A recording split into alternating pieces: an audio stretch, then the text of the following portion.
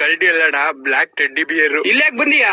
ಅದು ನನ್ನ ಹೆಂಡ್ರು ತಿಳಿ ಸಾರ್ ಮಾಡಿದ್ಲು, ತಿನ್ನಕ್ ಆಯ್ತಿರ್ಲಿಲ್ಲ. ಅದಕ್ಕೆ ನಿಮ್ ಮನೆ ಬಡ್ಡಿಗೆ ಅಡ್ಡಾಡ್ತಿದ್ದೆ, ಮಟನ್ ವಾಸನೆ ಗಮ್ಮಂತು. ಅದಕ್ ನಾನೇನ್ ಮಾಡ್ಲಿ? ಅದು ಅಣ್ಣ ನಿನ್ ತಮ್ಮ ಅನ್ಕಂಡಿ ಒಂದ್ ತಟ್ಟೆಗೆ ಪೀಸ್ ಜಾಸ್ತಿ ರೈಸ್ ಕಮ್ಮಿ ಹಾಕೊಡೋಣ, ತಿನ್ಕೊಂಡ್ ಹೋಗ್ಬಿಡ್ತೀನಿ ಶಿವ ಅಂತ. ಅದೆಲ್ಲ ಆಗಲ್ಲ, ಮುಚ್ಕೊಂಡು ಹೋಗ್ ನೀನು. ಅಣ್ಣ ಹೊಟ್ಟೆ ಹಸ್ಕೊಂಬಂದಿ ಕಣ, ವಾಸನೆ ಬೇರೆ ಘಮ ಘಮ ಅಂತೈತೆ. ಹೋಗಲೇ, 1000 ರೂಪಾಯಿ ಕೆಜಿ ಮಟನ್ ಕೊಡಲ್ಲ ನಾನು. ಹಸ್ಕೊಂಬಂದನ್ ಮುಂದೆ ದುಡ್ಡಿನ ಲೆಕ್ಕಾಚಾರ ಆಯ್ತಿಲ್ಲ ನಾವು. ಹಂಗಿದ್ರೆ ನೀನೇ ತಗೊಂಡೋಗ್ ಮಾಡ್ಸ್ಕ. ತಿನ್ನಕ್ ಬಂದೆ ದುಡ್ಡಿನ ಲೆಕ್ಕಾಚಾರ ಹಾಕ್ಬಿಟ್ಟು ಮನ್ಸ್ ನೋವು ಹೋಗ್ಬಿಟ್ಟೆ ಬಿಡಪ್ಪ ನೀನು.